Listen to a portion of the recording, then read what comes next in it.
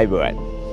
ජාතික නාලිකාවේ විකාශනය වෙන විෂන් වැඩසටහන නරඹන ඔබ හැම කෙනෙක්ගෙම මම හොඳටම දන්නවා බලාපොරොත්තුව ආසාව අපේක්ෂාව ඔබේ ජීවිතයේ තියනට වඩා සාර්ථක කර ගැනීම. සමහර වෙලාවට ඔබ රැකියාවෙන් අපේක්ෂාවෙන් ඉන්න තරුණයෙක් වන්නට පුළුවන්. එහෙම නැත්නම් තරුණියක් වන්න පුළුවන්. එහෙම නැත්නම් ගෙදර පවුලයට උදව් කරගෙන ගෙදර වැඩ කටයුතු ටික මනා හොඳින් කළමනාකරණය කරන මේ රටේ ඊටාම වැදගත් භාර්යාවක්, කාන්තාවක්, බිරිඳක් වන්නට පුළුවන්. එහෙමත් නැත්නම් ඔබ සමහර වෙලාවට තමුන්ගෙම කියලා ව්‍යාපාරයක් පටන් ගන්න අපේක්ෂාවෙන් සිටින ඒත් ඒක කොහොම කරන්නද, කොහොම සාර්ථක කරගන්නද කියලා හිතන තරුණයෙක් වෙන්නත් පුළුවන්.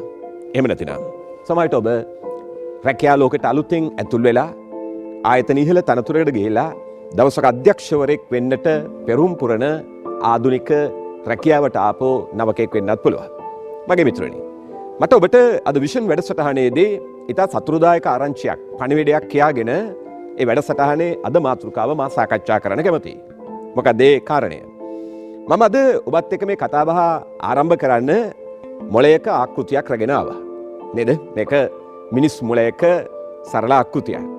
මගේ මිත්‍රනි, මේ මිනිස් මොළේ නිර්මාණය වෙලා තියෙන්නේ ශෛලවලින්, නැත්නම් අපිට ඒවට නියුරෝන කියලා කියන්න පුළුවන්.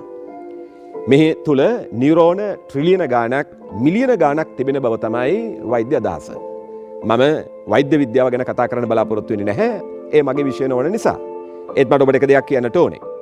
මේ මොළය තුල තිබෙන ශෛල ටික, නැත්නම් මේ නියුරෝන, නැත්නම් මේ තොරතුරු නිවැරදිව පාවිච්චි කිරීම හරහා ඕනෑම පුජ්‍යලයකට මේ ලෝකෙ ඉපදිච්ච සාමාන්‍ය පුජ්‍යලයකට සුවිශේෂී පුජ්‍යලයක් බවට පත්වීමේ හැකියාව තියෙනවා. මම ආපහු ඒ කතාව කිව්වොත් මේ ඔබේ මොළයේ තියෙන හැකියාව, අපි කියන මොළයේ තියෙන කැපැසිටි එක, ශක්්‍යතාවය, නැත්නම් එහි තිබෙන ශක්තියින් ටික හරියට පාවිච්චි කරොත් ඕනෑම පුජ්‍යලයකට සාර්ථක පුජ්‍යලයක් වීමේ හැකියාව පවතිනවා. සතුරුදායක ආරංචියක් නේද? මම නිකන් සරල උදාහරණ වලින් කිව්වොත් සමහර වෙලාවට කරුවෙක් විදිහට වැඩ කරපු සාමාන්‍ය ජීවිතයක් ගත කරලා ලෝකේ පාලකයෝ නැත්නම් රටවල වල ජනාධිපතිවරු වෙච්ච කතා ඉතිහාසයේ තිබෙනවා. සමහරට රැකියාවක් හොයාගෙන පාර දිගේ ඇවිද ඉඳපු තරුණයෙක් තමුන්ගේම ව්‍යාපාරයක් පටන් අරගෙන දැවැන්ත ව්‍යාපාරිකයෝ වෙච්ච ඒවා ලෝකෙ තිබෙනවා. සමහරවිට ආයතනයකට පුංචි තනතුරකින් රැකියාවට සම්බන්ධ වෙලා ඒ ආයතනයේම අධ්‍යක්ෂවරයා දක්වා ගමන් කරපු කතා ලංකාවෙත් තිබෙනවා, ලෝකෙත් තිබෙනවා. ඒ නිසා අද උදෑසන මේ වැඩසටහනේදී මේ වැඩසටහනේ නිසා මම ඔබත් එක්ක සාකච්ඡා කරන කරුණු ටිකේ මුලින්ම මට ඔබට කියන්න ඕන දේ තමයි, ඔබට යමක් කිරීමේ උවමනාව තිබේ නම් කල යුත්තේ කුමක්ද කියන එක ඔබට තීරණය කරන්න පුළුවන් නම් අර සාමාන්‍ය මිනිසුන් සුවිශේෂී මිනිසුන් බවට පත් වුණාසේ ඔබටත් එසේ වීමේ හැකියාව පවතිනවා. ඒ නිසා මුලින්ම බලාපොරොත්තු දල්වා ගන්න, ජීවිතයට ආශාවක් ඇති කරගන්න ඔබට එවිට මේ ගමන යන්නට පුළුවන්. මගේ මිත්‍රයා මනෝවිද්‍යාවේ මනෝවිද්‍යාඥයන් කියනවා සාමාන්‍ය මොළ හා සුපිරි මොළ කියා මොළ වර්ග දෙකක් නැත. සෑම සාමාන්‍ය මොළයකටම සුපිරි මොළයක් බවට පත් විය හැකිය. මොකද මා කිව්වේ? යලි එක සැරයක් ඔබට කියන්න. මනෝවිද්‍යාඥයෝ කියනවා සාමාන්‍ය මොළ හා සුපිරි මොළ කියා මොළ වර්ග දෙකක් නැත. සෑම සාමාන්‍ය මොළයකටම සුපිරි මොළයක් බවට පත් විය හැකිය. එහෙනම් හොඳට මතක තියාගන්න, ඔබ මේ මොහොතේ රැකියා අහිමි තරුණයෙක් වෙන්නට පුළුවන්. ව්‍යාපාරයක් පටන් ගන්න අපේක්ෂාවෙන් සිටින රැකියා විරහිත තරුණයෙක් වෙන්නට පුළුවන්. ආයතනයක ආධුනික, මම කලින් කිව්වා වගේ මට්ටමේ වැඩ කරන කෙනෙක් වෙන්න පුළුවන්. ඔබට ඔබේ මොළයයි, ඔබට ඔබේ හදවතයි මනා සංකලනයකින් යුතුව පාවිච්චි කරන්න පුළුවන් නම් ඔබට දිනක ඔබ අපේක්ෂා කරන සාර්ථකත්වය ජීවිතයත් කරගන්න පුළුවන්. එhmenan අපි අද කතා කරමු ඒ සාර්ථකත්වයට යන ගමනේදී තවත් අවශ්‍ය කාරණයක් පිළිබඳව මොනවද ඔබ සංවර්ධනය කරගත යුත්තේ. මට මුලින්ම ඔබට කියන්න ඕන දේ තමයි, මේ වැඩසටහන් මාලාව පුරාවට ඔබ සම්බන්ධ වුණනම් ඔබ දකින්නත් ඇති ජීවිතයේ දැක්මක අවශ්‍යතාවය පිළිබඳ දිගින් දිගටම සාකච්ඡා වුණා. ඒ නිසා මුලින්ම ඔබ කරන්න ඕන දේ තමයි ඔබේ ජීවිතයට ඉලක්කයක්, දැක්මක් හදාගන්නට ඕනේ. ඒ ඉලක්කය, දැක්ම ඇති විට තමයි මේ අනිකුත් කරුණු ටික එකතු කරගෙන ඒක ජයග්‍රහණය කරන්න පුළුවන් වෙන්නේ. මම කැමතියි ඔබත් එක්ක වැඩසටහනේ පුංචි කතාවක් දැන් ඔබත් එක්ක කතා බහ කරන්න. වරක් ඔබ වගේ ජීවිතේ සාර්ථකත්වයේ අපේක්ෂාවෙන් හිටපු තරුණයෙක් ඇරිස්ටෝටල් පඬිවරයා හමු වෙන්න යනවා. දැන් ඔබට තිරේ ඇරිස්ටෝටල් පඬිවරයාගේ ඡායාරූපයක් නැත්නම් පිළිරුවක් දකින්නට පුළුවන්. ඇරිස්ටෝටල් පඬිවරයා කියලා කියන්නේ කවුද? ලෝකෙ හිටපු මහා දාර්ශනිකයෙක් විදිහට සැලකනවා. එතකොට මේ ඇරිස්ටෝටල් පඬිවරයා හමු වෙන තරුණයා ඇරිස්ටෝටල් පඬිවරයාගෙන් මෙහෙම ප්‍රශ්නයක් අහනවා. පඬිතුමනි, ඔබ ඊටාම සාර්ථක පඬිවරයෙක්. ඔබ බොහෝ දේ දන්න කෙනෙක්. මම ජීවිතේ සාර්ථකත්වයේ අපේක්ෂාවෙන් සිටින තරුණයෙක්. කරුණාකරලා මට කියන්න පුළුවන්ද ජීවිතේ සාර්ථකත්වයේ උදා කරගන්නේ කොහොමද? ජීවිතේ සාර්ථකත්වයේ රහස මොකක්ද කියලා ඇහුවා. ඔබට ඒ ප්‍රශ්නේ තියෙනව නේද? දිනක සාර්ථක වෙන්නේ කොහොමද කියලා දැනගන්න ආසයි නේද? හොඳයි. ඇරිස්ටෝටල් පඬිවරගේ පිළිතුර කුමක් වෙන්නේ නැද්ද? මම දැන් ඒක ඔබට කියන්න කැමතියි. පඬිවරයා මේ තරුණයා දෙස මොහොතක් බලාගෙන ඉඳලා මේ තරුණයාට නැත්නම් ජීවිතයේ සාර්ථකත්වයේ අපේක්ෂාවෙන් ඉන්න තරුණයාට ඇරිස්ටෝටල් පඬිවරයා මෙහෙම කිව්වා. හොඳයි පුතා. මම ඔබට කතාව කියන්නම් සාර්ථකත්වයේ රහස. හැබැයි දැන් නෙවෙයි. හෙට උදෑසන මගේ නිවසට එන්න කියලා කිව්වා. දැන් මොකද උනේ? තරුණයා තමුන්ගේ නිවසට ගියා. ඔහුට හෙට එළි වෙනකම් බලාගෙන ඉන්න බෑ. ඔහුට හරිම ආසයි හෙට දවසේදී ඇරිස්ටෝටල් පඬිවරයාගෙන් සාර්ථකත්වයේ පිළිබඳ පාඩම අහගෙන ඔහුගේ ජීවිතය ඉක්මනින්ම සාර්ථක කරගන්න. උදෑසනම නැගිටපු තරුණයා පඬිවරයාගේ නිවසට යනවා. පඬිවරයා උදෑසන දොර විවර කරනකොට කොහොමද දකින්නේ? සාර්ථකත්වයේ පාඩම ඉගෙන ගන්න අපේක්ෂාවෙන් ඇවිත් අපේක්ෂාවේ දැස් දල්වාගෙන ඔබ වගේම පඬිවරයාගේ නිවසේ දොර දෙස බලාගෙන ඉන්න තරුණයා. පඬිවරයා දොර විවර කරලා අතින් සංඥා කොට තරුණයා සමග ඇවිදගෙන යන්න පටන් ගත්තා. ඔබට හිතන්න පුළුවන්ද මේ පඬිවරයා තරුණයාත් එක්ක කොහාට ඇවිදගෙන යන්නේ නැද්ද කියලා? නිකමට අනුමාන කරන්න. තරුණයාත් සමග පඬිවරයා ඇවිදගෙන ගියේ ගඟක් ගාවට. මට ඔබට විශේෂ කරුණක් කියන්න ඕනේ මෙතනින් එහාට යමක් කියන්න කලිය. පඬිවරයා තරුණයට වඩා උසයි. තරුණයා පඬිවරයට වඩා මිටි. ගඟ අස්සලට ගිහපු පඬිවරයා අතින් සංඥා කරනවා තරුණයාට තමුන්ගේ පිටිපස්සෙන් එන්නේ කියලා. ගං දියට බැසපු පඬිවරයා හා තරුණයා දැන් ගං දිය හරහා ඇවිදින පටන් ගත්තා. මගේ මිත්‍රයනි. පඬිවරයා ටික දුරක් ඇවිදගෙන ගිහිල්ලා ගඟේ දිය හරහා ආපස්සට හැරිලා බලනකොට තරුණයා දෙස තරුණයා ගඟ මැද තවත් එතනින් එහාට යාගන්න බැරුව හරි අමාරුවෙන් හිටගෙන ඉන්නවා. ඇයි එතනින් එහාට යන්න බැරි? ඔබට අනුමාන කරන්න පුළුවන්. දැන් තරුණයාගේ ජල මට්ටම තියෙන්නේ නහය මට්ටමේ. පඬිවරයා උසයිනේ. පඬිවරයාගේ ජල මට්ටම තියෙන්නේ පපුව මට්ටමේ. තරුණයාට මෙතනින් එහාට යන්න බෑ. ඇයි? ඔහුගේ නහය මට්ටමටම ජලය ඇවිල්ලා තියෙන්නේ. මේ වෙලාවේ ආපස්සට තරුණයා ගාවට එන පඬිවරයා ආපස්සට ඇවිල්ලා අර ඔළුවේ ඉහළ කොටස නැත්නම් ජලයෙන් උඩ තිබුණු කොටස මොකද්ද කරන්නේ? උරහිස් දෙකට අත තියලා තවත් පහළට තෙරපන්න පටන් ගත්තා. අදහස පැහැදිලි නේද? පඬිවරයා මොකද්ද කරේ තරුණයාට? ඔහුගේ උරහිස් දෙකට අත් දෙක තියලා තරුණයාව ජලයේ පහළට තෙරපන්න පටන් ගත්තා. තරුණයා හිතනවා ෂුවර් එකටම නිශ්චිතවම මේක සාර්ථකත්වයේ පාඩම වෙන්න පුළුවන්. තරුණයා හිතනවා පඬිවරයා දැන් එන්න කිව්වේ සාර්ථකත්වයේ පාඩම උගන්වන්නනේ. මේක නිශ්චිතවම අභ්‍යාසයක් වෙන්න පුළුවන්, පාඩමක් වෙන්න පුළුවන්. කියලා ඔහු කොහොමද කරේ? පඬිවරයාට අවනත වෙලා දිය යටට වී දැන් ඉන්න පටන් ගත්තා. තරුණයා දිය යට, පඬිවරයාගේ දෑත් තරුණයාගේ උරහිස් මත. තරුණයා ජලයේ යටට වෙලා ඉන්නවා. පඬිවරයා අත්හරින පාටකුත් නෑ. තරුණයාට උස්ම ගැනීමේ හැකියාවකුත් නෑ. ඉන්න පුළුවන් උපරිම වේලා ඉඳලා තවදුරටත් උස්ම නොගෙන ඉන්න බැරි මට්ටමේදී තරුණයා ඇරිස්ටෝටල් පඬිවරයාගේ දෑත් ඈත් කරගෙන ඉහළට එන්න උත්සාහ කරා. උත්සාහ කරනකොටම පඬිවරයා තම මුළු වැර යොදා නැවතත් තරුණයව දිය යටට එබුවා. දැන් තරුණයා ආපහු දිය යට. ඔහුට තවදුරටත් ඉන්නව බෑ. උස්ම හොඳටම හිර වෙනවා. එවිට තරුණයා තමුගේ මුළු ශක්තිය පාවිච්චි කරලා පඬිවරයාගේ දෑත් තමුගේ උරහිසෙන් මෑත් කරලා ඉක්මනින්ම දියෙන් උඩට ඇවිල්ලා ඉක්මනින්ම ගං ඉවුරට ගිහිල්ලා හොඳින් හුස්ම ගන්න පටන් ගත්තා. මේ වෙලාවේදී කිසිවක් නොවුණු ස්වරූපයෙන් පඬිවරයා තරුණයා අසලට එනවා. තරුණයා හති දමමින් පඬිවරයාගෙන් අහනවා, "පඬිතුමනි, මම ඔබ හොයාගෙන ආවේ සාර්ථකත්වයේ රහස ඉගෙන ගන්න. මේකද සාර්ථකත්වයේ රහස?" ඊට පඬිවරයා අහන මොකද්ද? "මාව දිය යට ගිල්වලා හිර කරලා මට උස්ම ගන්න බැරි තත්ත්වයට පාත් කරලා මාව මරන්න හදන එකද සාර්ථකත්වය කියන්නේ?" ඊට පඬිවරයා කියනවා, "නෑ ඒක නෙමෙයි." එතකොට තරුණයා අහනවා, "ඔබට තියෙන ප්‍රශ්නෙම එහෙනම් මොකද්ද? එහෙනම් මොකද්ද සාර්ථකත්වය කියන්නේ? කොහොමද සාර්ථක වෙන්නේ?" මගේ මිත්‍රයනි, එවිට බොහොම නිවුණු හඬෙන්, ස්ථාවර හඬෙන් ඇරිස්ටෝටල් පඬිවරයා තරුණයාගෙන් ප්‍රශ්නයක් අහනවා. ඒ ප්‍රශ්නේ තමයි, ඔබට දියට ඉඳෙද්දී මොනවද අවශ්‍ය වුණේ? මොකද ආපු ප්‍රශ්නේ? ඇරිස්ටෝටල් පඬිවරයා තරුණයාගෙන් අහනවා, ඔබට දිය යට ඉඳෙද්දී මොනවද අවශ්‍ය වුණේ? මිත්‍රයනි, එවිට තරුණයා උත්තර දෙනවා පඬිවරයාට. පඬිතුමනි, මට දියට ඉඳෙද්දී ඕනුණු එකම එක උවමනාව උස්ම ගන්න එක පමණයි. මට දියට ඉඳෙද්දී මට උවමනා වුණු එකම එක උවමනාව මගේ ජීවිතය බේරා ගැනීම පමණයි. එවිට පඬිවරයා තරුණයාට මෙහෙම කිව්වා. ඔබට යමකින් සාර්ථක වෙන්නට ඕනේ නම් දියට ඉඳෙද්දී ඔබට උස්ම ගන්නට උවමනා වුණු උවමනාවට සමාන උවමනාවකින් ඔබ ඒක කළ යුතුයි. ඒක තමයි සාර්ථකත්වයේ රාස. මොකද පඬිවරයා දුන්නු උපදේශ? පඬිවරයා මේ තරුණයාට කියනවා ඔබට දිය යට ඉඳෙද්දී හුස්ම ගැනීමට උවමනාවට ඔබට දිය යට ඉඳෙද්දී හුස්ම ගැනීමට උවමනා වූ උවමනාවට සමාන උවමනාවකින් ඔබ කරන දේ කරන්න පුළුවන් නම් ඒක තමයි සාර්ථකත්වයේ රහස කියලා කිව්වා. ඉතින් මම මේ කතාවයි ඔබට කියන්නේ. ඔබ ජීවිතේට දැක්මක් හදාගත්තට, ඔබ ජීවිතේට ප්‍රබල අරමුණු හදාගත්තට, ඒ අරමුණ ජයග්‍රහණය කරලා සාර්ථක පුජ්‍යලෙක් බවට පත් වෙන්න ඕනේ නම් හොඳට මතක තියාගන්න. දියේ ගිලෙන මනුස්සයාට තම ජීවිතයේ ප්‍රාණය බේර ගන්නට උවමනා වෙන උවමනාවට සමාන උවමනාවකින් ඔබ ඒක කරන්න පටන් ගත යුතුයි. එහෙම නැත්නම් ඔබට කිසිම දෙයකින් සාර්ථක වෙන්න බෑ.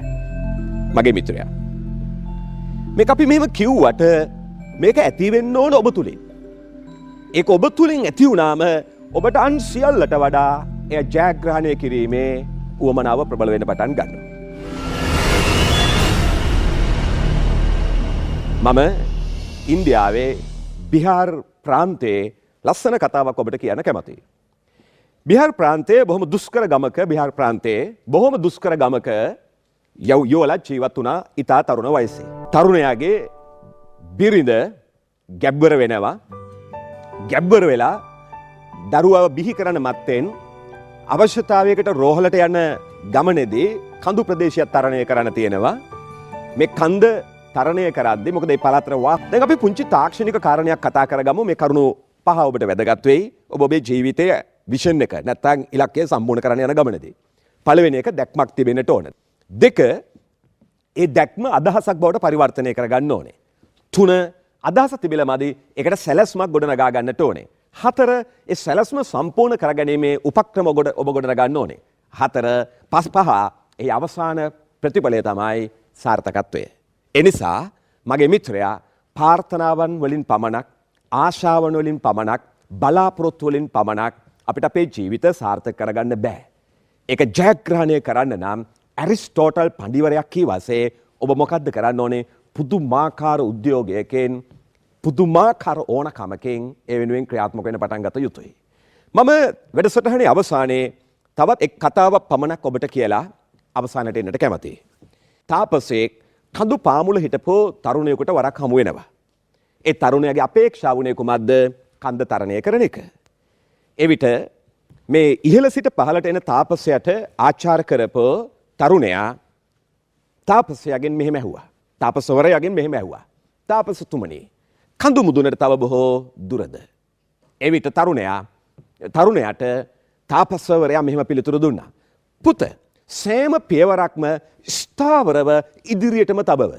සෑම පියවරක්ම වැටී ඇත්තේ කඳු මුදුන දෙසටයි. මාපොසරයක් කියන කැමති ලස්සන වාක්‍යය. තාපසවරයා දුන්නු උත්තරය. පුත, සෑම පියවරක්ම ස්ථාවරව කඳු මුදුන දෙසටම තබව. සෑම පියවරක්ම වැටී ඇත්තේ කඳු මුදුන දෙසටයි. ඔබට දැක්ම තිබිලා මදි, ඔබට ඉලක්කය තිබිලා මදි. ඔබ සෑම දිනකම මගේ මිත්‍රයා ඒ වෙනුවෙන් පියවර තබමින් ක්‍රියාත්මක වෙද්දී ඔබ දිනක කඳු මුදුනට ළඟා වෙලා තිබේ. ලෝකෙ කිසිදු සාර්ථක පුජ්‍යලයේ ජීවිත ප්‍රාර්ථනා වලින්, බලාපොරොත්තු වලින් සම්පූර්ණ වෙලා, සාර්ථක වෙලා ඉටු වෙලා නැහැ. ක්‍රියාත්මක වීම අත්‍යවශ්‍යයි. එහෙමනම් මේ මොහොතේ සිට මේ දැන් ඉඳලා ක්‍රියාත්මක වීම පටන් ගන්න. එවිට ඔබ අපේක්ෂා කරපු සාර්ථකත්වය ඔබට ජීවිතේ නෙලාගත හැකියි. හොඳයි. දැන් මම ඔබට කිව්වා අපි අර කියනවා dreams versus goals කියලා. නැත්නම් සිහින හා අරමුණු කියලා සංකල්ප දෙකක් කතා කරනවා. මොනවද සිහින කියන්නේ?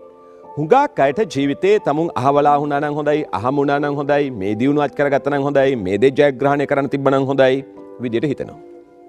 ඒවට අපි කියන මොනවද? සිහින. ඒවා යථාර්ථයක් වෙන්නේ නැහැ, ඒවා සැබෑ වෙන්නේ නැහැ. හුඟක් අය හිනත් එක්කම යනවා. මේ සිහින යථාර්ථයක් වෙන්න නම් ක්‍රියාත්මක වීම හා සැලසුම් සහගතව ක්‍රියාත්මක වීම කියන එක හුඟක් වැදගත්. ඒ නිසා මම ඔබත් එක්ක කරුණු 5ක් සාකච්ඡා කරනවා. ඔබේ විෂන් එක නැත්නම් ඔබේ දැක්ම නිකන් ඩ්‍රීම් එකක්, හීනයක් නෙවෙයි. ඒක යථාර්ථයක් බවට පත් කරගන්න නම් මොකක්ද අපි කළ යුත්තේ? පළවෙනි එක ඔබට දැක්මක් හදාගන්නට ඕනේ මුලින්ම. දැන් අපි මේ වැඩසටහන් විවිධ වැඩසටහන් වලදී මේ දැක්ම ගැන කතා කරා. ඒ නිසා මම අද දැක්ම ගැන වැඩිපුර කතා කරන්නේ නැහැ. දැන් ඔබ ඒක දන්නවා. ඒ කියන්නේ ඔබ කවුද අනාගතේ විය යුත්තේ? ඔබට ලොකු අදහසක් තියෙනවා ඔබේ ජීවිතය ගැන. හොඳට මතක තියාගන්න සාමාන්‍ය මිනිස්සු සුවිශේෂී මිනිස්සු බවට පත් වෙනවා. මා කලිනුත් කිව්වා වගේ මේ දැක්ම පැහැදිලි කරගත්තම කවුරු බවටද මා පත් විය යුත්තේ? ඒක තමයි හුඟක් වැදගත් දේ. ඒතර මේ මොලේ තියෙන හැකියාව අවදි වෙන්න පටන් ගන්නවා. ඔබට මොලේ නැමැති සුපිරි පරගණකයෙන් වැඩ ගන්න පුළුවන් වෙනවා. ඒකට ඔබට වෙන්න ඕන දේ දුන්නු ගමන්. මොලේ කියන්නේ හොඳට මතක තියාගන්න ඔබ අපේක්ෂා කරන දේවල් ළඟා කරලා දෙන්න පුළුවන් පරිගණකයක්. හැබැයි ඒකට හරියටම ඔබට අවශ්‍ය දේ මොකද්ද කියන එක දෙන්නට ඕනේ. හරි. ඒක තමයි අපි විෂන් කියලා කිව්වේ. ඔබේ දැක්ම. දැක්මක් තිබිලා මදි. එතකොට මේ දැක්ම මොකද කරන්න ඕන? ඔබ කුඩා කොටස් වලට කඩලා ඒවා අදහස් බවට පරිවර්තනය කරන්න ඕනේ. නේ අදහස් තමයි ක්‍රියාත්මක කරන්න පුළුවන් වෙන්නේ. අපි උදාහරණයක් විදිහට ගත්තොත් මම අර කීකේ හිටපු කතාවට ගියොත් නේද? මම පාරක් හදන්න ඕන කියන එක දැක්ම. හැබැයි පාර හදන්නේ කොහොමද කියලා හිතාගෙන අවශ්‍ය උපකරණ ටික හදාගන්න එක ක්‍රියාත්මක වෙන්නට යොමු වීම අයිඩියාස් නැත්නම් අදහස් බවට විදිහට අපිට හඳුනන්න පුළුවන්. ඒ කියන්නේ කුඩා කොටස් වලට මේක කඩා ගන්නට ඕනේ. තුන්වෙනි අවශ්‍යතාවය තමයි සැලැස්මක් ඔබ ගොඩනගා ගන්නට ඕනේ. උදාහරණයක් ඔබ ව්‍යාපාරයක් කරනවා නම් ව්‍යාපාරේ මොන වගේ ව්‍යාපාරයක්ද කරන්නේ? කොහේද මේක පටන් ගන්නෙ? මොනවද නිෂ්පාදනය කරන්නේ? කාටද අලෙවි කරන්නේ? සැලැස්මක් අවශ්‍යයි. ජපානයේ ලස්සන කේමනක් තිබෙනවා. සැලසුමකින් තොර ක්‍රියා නිෂ්ඵලයි. මේ ප්‍රතිඵලයක් ගන්න බෑ. ඔබ හරි සැලැස්මක් හදාගත්තා කියන්නේ ඔබේ කටයුත්තෙන් 50ක් ඉවර වුණා හා සමානයි. ඒ නිසා තුන්වෙනි එක සැලැස්මක් ගැන අවධානය යොමු කරන්න. හතරවෙනි එක තමයි උපක්‍රම නැත්නම් ක්‍රමවේද කියන එක. ඔබ යම් ආකාරයකින් යමක් කරගෙන යනකොට ඒක අසාර්ථක වුණොත් ඒකේ අදහස ඔබ අසාර්ථකයි කියන එක නෙවෙයි මිත්‍රයා. මම යාළුවෝ ඔබට කියන්නම්. ඔබ යම් ආකාරයකින් යමක් කරගෙන යනකොට ඒකෙන් ඔබට අපේක්ෂිත ප්‍රතිඵලය ගන්න බැරි වුණොත් ඒකේ අදහස ඔබ අසාර්ථකයි කියන එක නෙවෙයි. හුඟක් අය කරන දේ තමයි tamun කරගෙන ගියපු දෙයින් tamunට සාර්ථක වෙන්න බැරුණාම ඔවුන් හිතන්නේ කරපු විදිය අසාර්ථකයි කියලා නෙවෙයි, tamun අසාර්ථකයි කියලායි. හොඳට මතක තියාගන්න අසාර්ථක ඔබ නෙවෙයි. අසාර්ථක ඔබ අනුගමනය කරපු ක්‍රමය පමණයි. එහෙනම් ඔබ මොකද කරන්න ඕනේ? ක්‍රමය වෙනස් කළ යුතුයි. ක්‍රමය වෙනස් කිරීම තුළින් ඔබට සාර්ථක වෙන්න පුළුවන්. ඔබ කොච්චර දුරට ක්‍රමය වෙනස් කළ යුතුද? ඔබ අපේක්ෂා කරන සාර්ථකත්වය ඔබ ළඟා කරගන්නා තුළු ක්‍රමය වෙනස් කළ යුතුයි. ඒතර ඔබට ඒ ක්‍රමය හොයාගන්නට ඔබේ ගාව තිබෙන දැනුම මදි නම් ඔබට ඔබේ ශාස්ත්‍රීය ප්‍රවීණයෙක් එක්ක කතා කරන්න පුළුවන්. පොතපත කියවන්න පුළුවන්. මේ විෂන් වැනි වැඩසටහන් එක දිගට ඔබට අසමින් ඒවට සම්බන්ධ වෙමින් ඒවයින් තොරතුරු ගන්න පුළුවන්. ගොඩාක් ක්‍රම තිබෙනවා. ඔබ ඒවා ගැන අවබෝධය ලබා ගැනීම පමණයි කළ යුත්තේ. අන්තර්ජාලයේ විවිධ වැඩසටහන් තිබෙන ඔබට පොතපත තිබෙන ඒවා කියවන්න පුළුවන්. ක්‍රමය හදාගන්න.